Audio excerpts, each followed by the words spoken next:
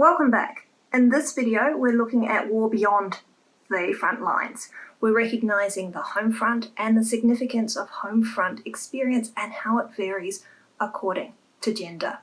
We're also going to look at pressure in the opposite direction, pressure from the home front to war with women and the peace movement. From there, we'll detour to war, love and sex, and in the end, we'll look as well at war and domestic violence and whether there is a relationship between those two things. Here we go. And total war means that war certainly reaches beyond the front line. Total war involves the mobilization of a nation's economy in service of war, and so the home front is actually an essential part of the conflict. The poster that you can see on the slide is a British poster dating from the First World War. And you can see there are clear roles for women within the conflict. There's the nurse, who you can see, who will be tending to the wounded and might be tending to the wounded in quite dangerous circumstances near or at the front. And you can see the industrial worker woman as well, who's making bullets in this image. While the majority of the people in the image are male, and certainly those engaged in active fighting are male, this is an indication that women are involved in war, and they're involved in war through various types of work. That work is not necessarily voluntary. While the age ranges for women to be involved in war work tend to be narrower than for men, women tend to be judged to be available for conscription at a later age and to retire from availability for conscription at an earlier age than men. When it's total war, women are part of it. And that can be a really interesting experience for the women involved. Working in the factories, producing munitions was dangerous, it was exhausting, and the hours women worked during the World Wars were very, very long.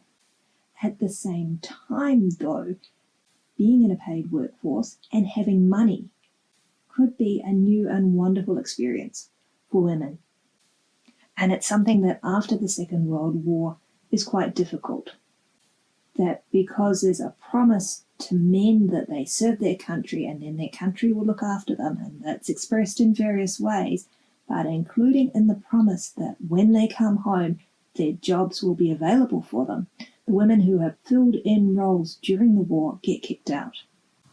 This is particularly noticeable after the Second World War, when there are a large number of women who get co-opted into the paid workforce in the United States, in Australia, in New Zealand, who are then pushed out, pushed back into the home, pushed into the newly expanding suburbs, and expected to be happy about it. And often they're not. And those 1950s ideals of femininity, of restricted spheres for women, have been associated with the rise in antidepressant use. But it's not just new roles for women that are significant in their experience of war. Their familiar roles become much more difficult. Goods become hard to come by, and in Australia there is rationing during the Second World War, which extends for some period after the war, which means that in addition to disrupted supply chains and destruction of material as part of war, women are also grappling with these restrictions being placed on them and the government dictating what their appropriate desires for their household should be. And often they're managing this in the absence of their household manpower. That it's not just male positions in the paid economy that open up to women, but women also need to fill in male positions in the unpaid economy, while expanding their traditional roles and doing things that provide comforts or necessary supplies for the troops. I've mentioned in my global history subject a wonderful book on the history of knitting in New Zealand called The Loving Stitch. And one of the things that the author picks up is the pressure placed on producing socks for armies during the First and Second World Wars. That handmade socks were irreplaceable, went through heavy wear, and needed to be regularly replaced for soldiers at the front. That was an extra duty, along with other forms of knitting for soldiers that got picked up by women in Australia during the World Wars. War had an impact on women on the home front, and Stuart McIntyre has quantified that impact to some degree, that 200,000 Australian women took up paid work during the Second World War. That's a large number.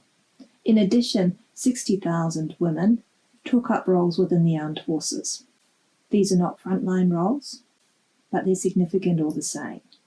They might be acting as clerical staff, they might be acting as radio operators. They were recognised as performing military services and support roles. And this is part of women's experience of war. Last week, with the Vietnam War, we looked at women pushing back on war at that Save Our Sons movement, and peace is often associated strongly with women. Men protest for peace as well. Most peace organisations are open to all genders, but this is a distinctive public role for women. Women's participation in the anti-conscription campaigns during World War I, and women being targeted as voters by both sides in the conscription debate, emphasises that this is something important in women's experience of war. The Save Our Sons protesters enacted femininity for political purposes during their campaigns. There are earlier woman-centred organisations as well, in particular the Women's Peace Army, which was established in Australia in 1915. And there are later manifestations of this as well. In the 1980s, some of the nuclear disarmament campaigns saw women-only peace camps and marches. And we can see it as well in other forms of protest, such as the Knitting Manners taking on fracking in Australia in the present. Anti-war protest, anti-conscription protest can be a gendered activity. And it can be a way that women step forward into public space in these periods of war, when otherwise they might not. While in the present we might be quite familiar with women acting in political roles, acting in public, it's worth remembering that's a recent thing. And this is a way that war pushed individual women to act in ways that they otherwise might not. And it's a way that war created new expectations or new opportunities for women to access public space. Part of that interest of feminist groups and of individual women in protesting against war is because of the way that war impacts on women. The Vietnam War in particular saw concerns about the mistreatment, the serious mistreatment of Vietnamese women and children by Western forces during that war. And war is a time of intense emotions. Death is much closer than it is in normal times, particularly for soldiers. And that has an influence on some of their behaviours. Prostitution tends to flourish in regions near the front line or associated with recreation. And with the intensity of emotion, the uncertainty of the future, people do act in ways that reflect that intensity. There are commercial transactions around sex occurring, but I don't want to typify soldiers as rapists and frequenters of brothels. That's not fair to them. There's a much wider experience there, and often there's genuine, intense affection and love that emerges during this period. It's easy to be shocked at sexual assault and rape during war. It's relatively easy to track prostitution and exchange of money. There are also ways to track the genuine affection that emerges in this period. And one of those ways is to look at the number of war brides who are granted visas and shift their country of residence in the aftermath of various conflicts. After the Second World War, approximately 12,000 Australian women moved to the United States for the sake of marriage. They had fallen in love, and soldiers had fallen in love with them in Australia. The soldiers were here serving, and those relationships were significant enough to result in marriage and in these women uprooting their existences and moving. Women moved to Australia for love as well in the wake of war. The women in this image are English women coming to Australia because they met Australian servicemen who were based in England for at least some time, and those genuine affections emerge. It's not all plain sailing. White Australia rears its ugly head during this process as well, in that Black American servicemen were not given the same support in relocating their brides either by the United States government or by the Australian government, and the Australian government exercised further control over the lives of Aboriginal women, not always allowing them to leave the country to be with their husbands overseas. Australian servicemen also fell in love with local women during the occupation of Japan. And again, white Australia made the relocation of women from Japan to Australia more difficult than it needed to be, at least at the start of that process. And it wasn't all plain sailing, even when couples could be together. Domestic violence is a hot topic in the present, as it should be, and it's something that historians are delving into when dealing with the past. Liz Nelson spent her PhD investigating domestic violence in Victoria in the wake of the First World War.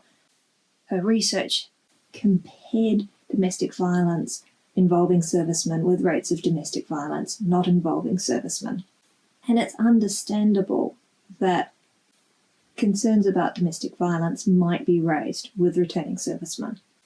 Service overseas could be traumatic. Service in wartime is traumatic. And there's concerns, perhaps not fully expressed in the wake of the First World War, but associated with that idea of shell shock and with what we would now call PTSD.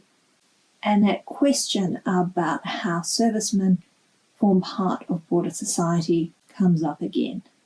Can people who have served in war, who have seen horrors, return and become a full and normal part of Australian society? The return to normal Australian society could be made worse by some of the things that were done to try and accommodate soldiers on their return. So the gendered experience after war is women being forced out of the paid workforce where they might have found fulfillment in undertaking paid work. There's also a long history of soldier settlement schemes, including in Australia. And again, there are particular ideas about soldiers and what their reward for their service should be. The idea that land is an appropriate reward is a very old one. Unfortunately, in Australia, soldier settlement schemes often involved undesirable pieces of land, which is why they were still available, and people with little or no farming experience being pushed out to rural areas and living in quite isolated circumstances in poor conditions. Again, domestic violence is a sign of the long reach of war into Australian society. It's a bigger problem than simply soldiers returning. But that question of the relationship between soldiering and membership of society can be explored in this context. And war has long tentacles. And war reaches deep into society. Experiences of war are influenced by gender, but no one escapes.